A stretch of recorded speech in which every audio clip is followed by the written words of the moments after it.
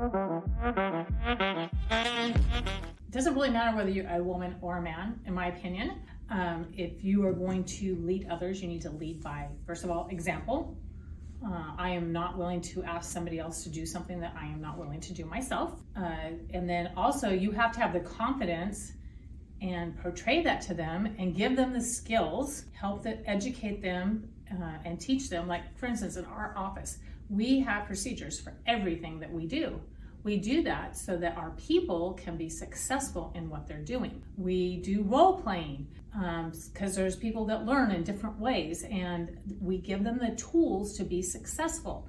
A good leader makes the people underneath them, makes their jobs easier. And if you aren't a good leader, if you're just sitting in an ivory tower and not teaching your people, teaching them to become good leaders, because the whole idea is to grow up people around you that can take over all the things, especially if you're in a small business like we are, that can take over all these things and to become better than you are. So instead of trying to do everything yourself, you have to be willing to teach these things to other people. And that's what a good leader is. That good leader creates more leaders and makes it easy. Every day, I know who shows up here on time. I know who shows up late. I know who stays late. I know who comes here early. I pay attention to it all. And people may not even know that, but I do, because I want to create leaders and see them be willing to want it. As a leader, if you're showing up here, if you're supposed to be here at 8 o'clock, I'll give you an example. You're supposed to be in the office at 8 o'clock and you show up at 1 minute to 8. That's not being a good leader. And if that's all that person ever does, that shows me that they are, I call them pegs.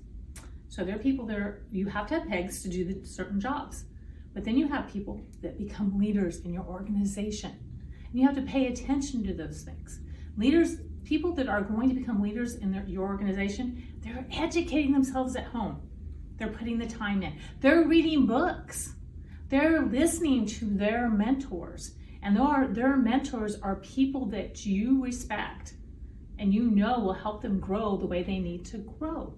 You have to look at all this. You should know enough about your people that you know who is teaching them and who is grooming them and who they look to for all their information. What are they reading? What are they learning? What workshops are they going to on their own? Are they following all your procedures? Are they following all your policies? Are they aligned with you? Are they headed in the right direction? These are things that you need to be looking at as a leader. You have to go off your statistics. You cannot go off your feelings, because the only feeling in business that matters is celebration. And other than that, you have to go off the stats. You have to look at things that way. And anybody that wants to can become a great leader, but it takes a lot of work. And that's who you have to find.